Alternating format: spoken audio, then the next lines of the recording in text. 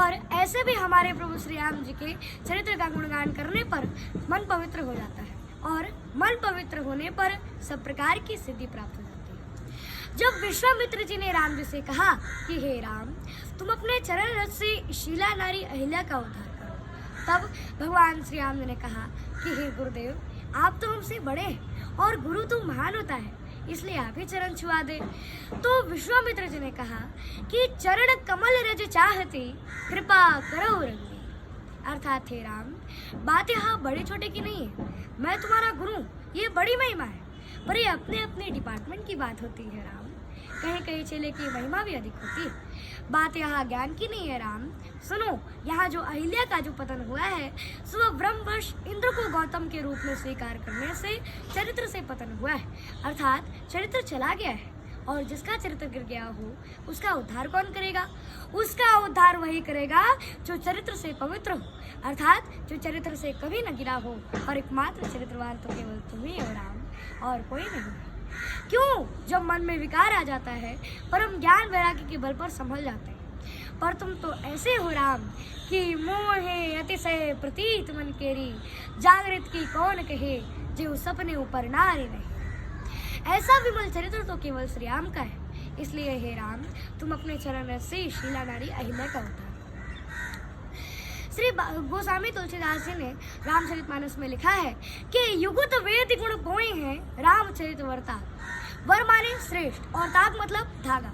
और कवियों की कविता होंगी कविता मुक्ता मणिचारू, और कवियों की कविता मोती। अब यहाँ किसी ने बाबा तुलसीदास जी से लिखा है, अब यहाँ किसी ने बाबा तुलसीदास जी से पूछा है कि मोती कीमती होता है धागा। फिर तुलसीदास जी ने कहा कि मोती कीमती तो मोती होता है। फिर उसने पूछा कि कवियों की कविता कीमती है या राम जी का चरित्र? फिर तुलसीदास जी ने कहा कि प्रभु का चरित्र ही कीमती है।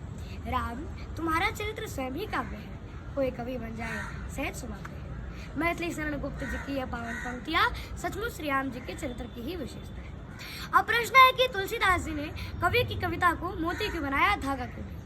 अब यहाँ तुलसीदास जी का विचार तो देखिए कि उन्होंने कहा कि मोती में छेद होता है, छिद्र होता है, परंतु हमारे प्रभु श्री राम जी के चरित्र में कहीं भी छिद्र नहीं है। और उनका चरित्र जो है सो धागे के समान अनंत है।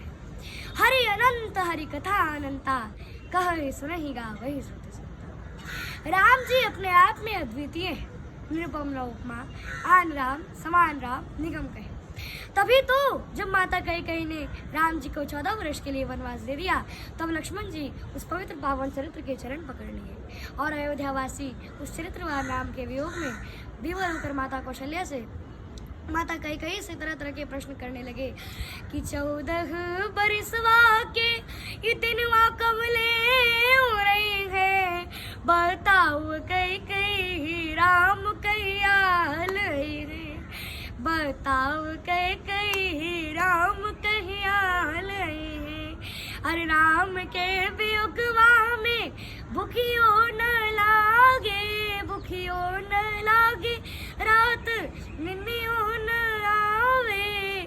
अरे उजड़ल नगरिया के कवले बसई है, बताओ कैकेयी राम कहिया है। अरे उजड़ल नगरिया के कवले बसई है, बताओ कैकेयी राम कहिया है, बताओ कैकेयी राम कहिया।